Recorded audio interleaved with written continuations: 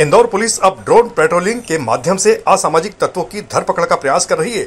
इसी क्रम में द्वारकापुरी क्षेत्र में पुलिस के द्वारा चलाए गए अभियान के दौरान मादक पदार्थ बेचने वाले एक बदमाश को गिरफ्तार किया गया है।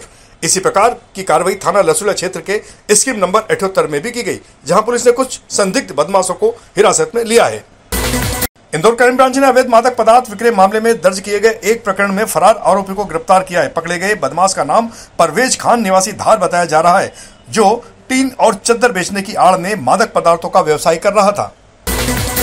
इंदौर पुलिस के द्वारा इन दिनों विभिन्न बस्तियों में महिलाओं और बालिकाओं को जागरूक करने के उद्देश्य से मुस्कान कार्यक्रम का आयोजन किया जा रहा है।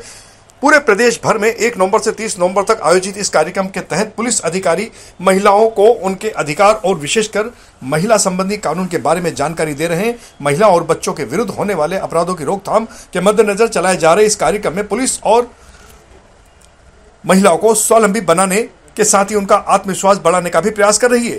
पुलिस उपायुक्त सुश्री संध्या राय और उनकी टीम के द्वारा मुस्कान विशेष कार्यक्रम के तहत राहुल गांधी नगर बस्ती में जन जागरूकता कार्यक्रम आयोजित किया गया।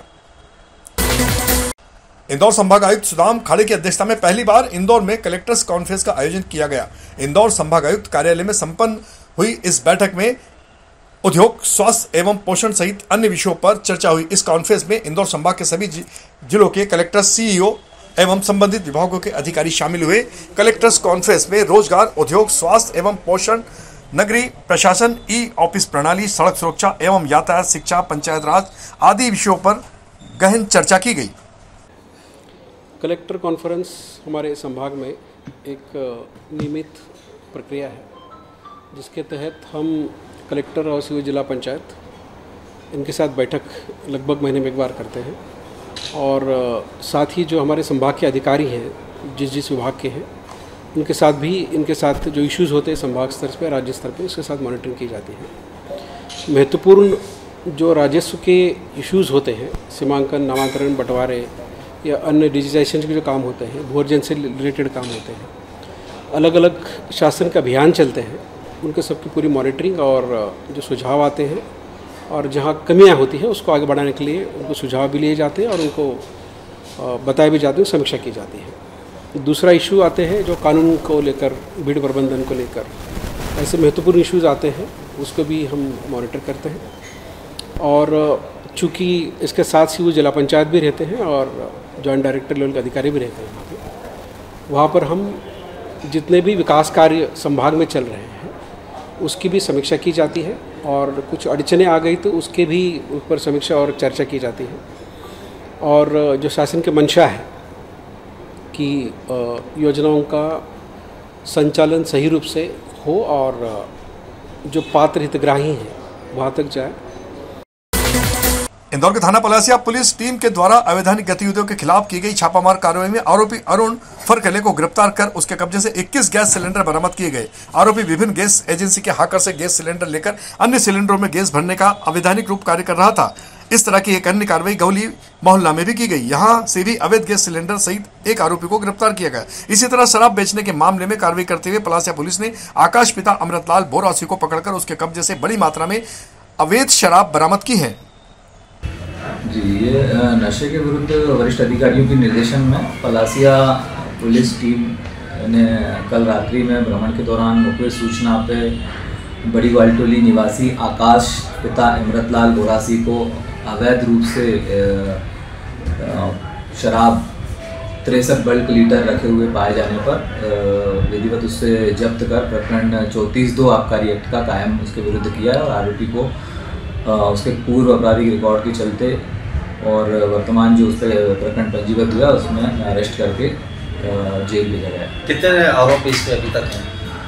इसमें अभी आरोपी एक ही है और इसके कहाँ से लाया है, कहाँ से ये बेच रहा था, ये सारी जानकारी इस पर अभी जांच चल रही है। मानसून की विदाई के बाद बारिश का मौसम समाप्त हो चुका है। दीपावली के बाद कार्तिक पूर्णिमा का त्यौहार भी बीत चुका है, लेकिन अब तक ठंड के मौसम ने पूरी तरह आमद नहीं दी है। बीती रात तापमान में कुछ गिरावट दर्ज की गई है। इस बारे में मौसम विभाग ने बताया कि न्यूनतम पारा 4 डिग्री कम रहा। मौसम विभाग के अनुसार अधिकतम तापमान 30.2 डिग्री सेल्सियस दर्ज किया गया, वहीं न्यूनतम तापमान 12.1 डिग्री सेल्सियस रहा। मौसम विभाग के अनुसार अगले कुछ दिनों में ठंड का असर दिखाई देगा, लेकिन कड़ाके की ठंड के लिए अभी और इंतजार करना होगा। इंदौर नगर निगम में गुरुवार को एक बार फिर मास्टर प्लान के अंतर्गत प्रस्तावित MR9 से लेकर LIG लिंक रोड चौड़ीकरण कार्य के लिए मालवीय नगर गली नंबर 2 स्थित क्षेत्र के दूसरी तरफ तोड़फोड़ की बड़ी कार्रवाई की।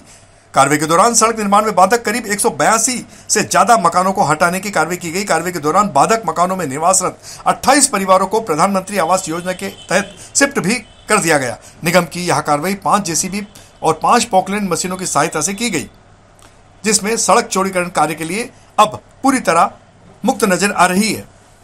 और देखिए, इंदौर शहर में जितनी भी मास्टर प्लान की रोड्स हैं वो हमारी प्रायोरिटी में हैं और उसमें हम प्रयास कर रहे हैं कि जितना जल्दी हो सके जो भी उसमें बाधक चीज़ें हैं उनको हटाया जाए और मास्टर प्लान की रोडों को जल्दी से जल्दी बनाया जाए, जितनी भी सैंक्शनड है हमारी।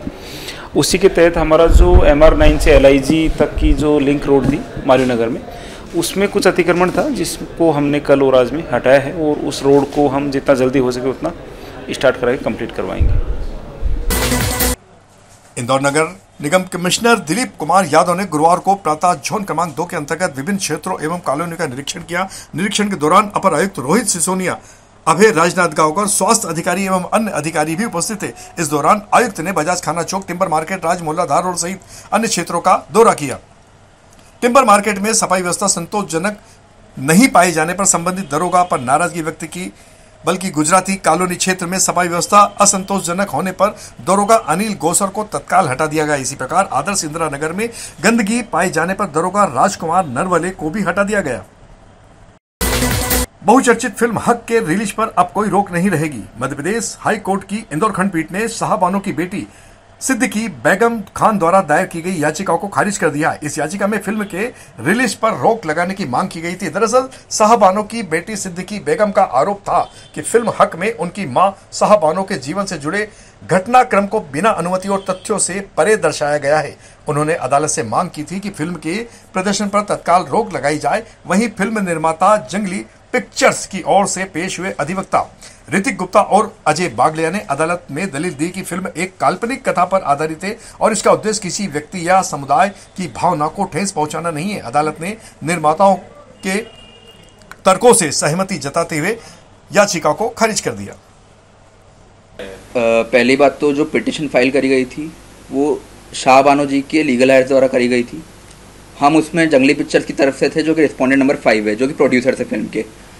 इस मूवी में उनके द्वारा ये तर्क रखे गए थे, सबसे पहला कि ये मूवी डिफेमेटरी है उनके जो पूर्वज थे उनके लिए, शाहबानो जी के लिए। दूसरा, उनका ग्राउंड ये रखा गया था कि हमने उनकी परमिशन नहीं ली है। उसके बाद तीसरा ग्राउंड उनके ये रखा गया था कि जो उनकी पर्सनैलिटी राइट्स है उस और प्राइवेसी राइट्स है उसमें हम इंटरफेयर कर रहे हैं। ये तीनों के तीनों तर्क मान्य न्यायालय द्वारा रिजेक्ट कर दिए गए हैं। मान्य न्यायालय द्वारा हमारे तर्कों को एक्सेप्ट करा गया और उन्होंने स्पेसिफिक मेंशन करा है 2 तर्क का। पहला, जब फरवरी 2024 में आपको पता था कि फिल्म रिलीज होने वाली है, उसके आर्टिकल छप रहे न्यूज़ में, और आप मूवी रिलीज जो कि 7 नवंबर को हो रही है उसके 1 हफ्ते पहले आके बोल रहे हैं कि नहीं ये फिल्म का गलत है, रिलीज गलत है। दूसरी बात ये कि CBFC से कभी भी किसी मूवी को सर्टिफिकेट ग्रांट हो जाता है तो सेक्शन 5B में स्पेसिफिक मेंशन्ड है कि जितना भी प्रोसेस है उसमें डिफेमेटरी कंटेंट नहीं है, सारी चीज़ों का CBFC सेंसर बोर्ड केयर करती है, उसके बाद ही सर्टिफिकेट ग्रांट होता है। और अगर उस सर्टिफिकेट से आपको इश्यू है तो आपको सेंट्रल गवर्नमेंट के पास जाना था, जो कि आप बिल्कुल भी नहीं गए हैं। और इसी वजह से माननीय न्यायालय द्वारा स्पेसिफिक मेंशन करा गया है कि उनकी petition is completely devoid of merits and hence dismissed. Nehrughat में बस और कार की टक्कर में 4 लोगों की मौत के बाद कलेक्टर शिवम वर्मा ने गुरुवार को घटनास्थल का निरीक्षण किया। उन्होंने मौके पर पहुंचकर ग्रामीणों से चर्चा की। उन्होंने बताया कि यह क्षेत्र लगातार दुर्घटनाओं का केंद्र बनता जा रहा है। कलेक्टर वर्मा ने मौके पर मौजूद अधिकारियों को फटकार लगाते हुए भेरूघाट और खंडवा रोड के सभी ब्लॉक स्पॉट्स पर तत्काल सुरक्षा उपाय सुनिश्चित करने के निर्देश जारी किए हैं। उन्होंने कहा कि रेलिंग, संकेतक और ढलान वाले क्षेत्रों में सुरक्षा इंतजाम मजबूत किए जाएं ताकि भविष्य में ऐसी घटनाओं की पुनरावृत्ति न हो। ये भेरूघाट का जो टर्न है वो टर्न को देखा गया वहाँ पर, जो कि वहाँ पे पूर्व में भी एक्सीडेंट हुआ था, एक कार नीचे गिर गई थी। अभी 2 दिन पहले वहाँ पर हमारी बस पलट गई थी जिसमें 3 लोग की दुखद मृत्यु भी हुई थी। तो इस पॉइंट पे इंसिडेंट ना हो इसके लिए कुछ स्ट्रेटेजी बनाई गई है। सबसे पहला काम तो हम लोग जो रिफ्लेक्टर स्ट्रिप्स और जो वहाँ का जो छोटा वॉल है, जो फेंसिंग है, उसको पूरा करेंगे। उसके बाद हम लोग का प्रयास ये भी है कि जब वो ट्रैफिक वहाँ से आता रहे तो वहाँ पे किसी प्रकार से हम सूचक पहले से लगा दें कि वहाँ पर इस प्रकार का टर्न है। और हम लोग आने वाले टाइम में ये भी करेंगे कि जो वाहन है उनकी कुछ चेकिंग भी की जाए, ताकि ड्राइवर सही अवस्था में है कि नहीं है, इन सबको भी देखा जाए। क्योंकि ऐसा जब हम थोड़ा करेंगे और वहाँ पे लाइटिंग बढ़ाएंगे और तो मेरा मानना है कि वहाँ पे हम एक्सीडेंट वगैरह की पुनरावृत्ति को रोक सकेंगे और इससे लोगों की जान बचा सकेंगे।